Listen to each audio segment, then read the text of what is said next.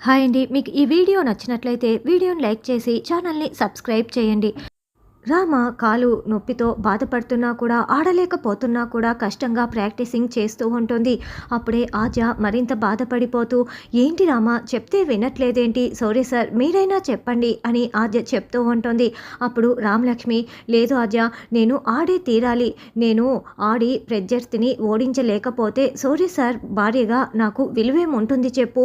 నేను ఈ ఆటలో గెలిచి సారీ సార్‌ని గెలిపించాలి" అని అంటూ మళ్ళీ ఆట ప్రాక్టీస్ చేస్తూ ఉంటుంది.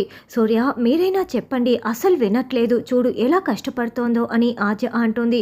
తన ప్లేస్‌లో వేరే ప్లేయర్‌ని పెడతానని చెప్పినా కూడా ఎవరిని నమ్మొద్దని గట్టిగా చెప్పేసింది ఆద్య. "నేను కూడా ఏమీ చేయలేకపోతున్నాను" అని శౌర్య అంటాడు.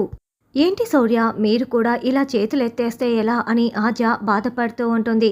"ఆద్య నువ్వు బాధపడకు, నేను ఆడగలను, శౌర్య సార్‌ని గెలిపించుకోగలను" అని మళ్ళీ రామ హాకీ స్టిక్ పట్టుకొని ఆడుతూ ఉంటుంది. అయితే బ్యాలెన్స్ తప్పి బాల్‌ని కొట్టటానికి బదులు హాకీ స్టిక్‌తో రామ తన కాలుని కొట్టుకునేస్తుంది. దాంతో అమ్మా అంటూ ఒక్కసారిగా కుప్పకూలిపోతుంది. ఇక కట్టు ఉన్న కాలికి మళ్ళీ గాయం, దెబ్బ తగలడంతో రక్తం కారుతూ ఉంటుంది.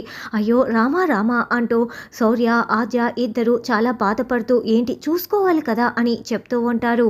"వెళ్ళండి, నాకేం కాలేదు, మీరు ముందు పక్కకు తప్పుకోండి, నేను ఆడాలి, ప్రాక్టీస్ చేయాలి" అని రామ మొండికేస్తూ ఉంటుంది.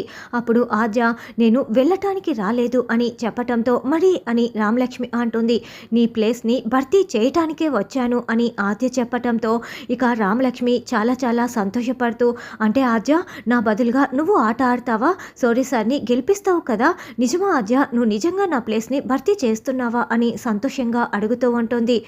"అవును, నీ ప్లేస్‌ని భర్తీ చేసి నేను ఆట ఆడి గెలుస్తాను, టీమ్‌ని గెలిపిస్తాను" అని ఆద్య చెప్తూ ఉండటంతో రామలక్ష్మి ఒప్పుకున్నందుకు శౌర్య కూడా సంతోషపడుతూ ఉంటాడు.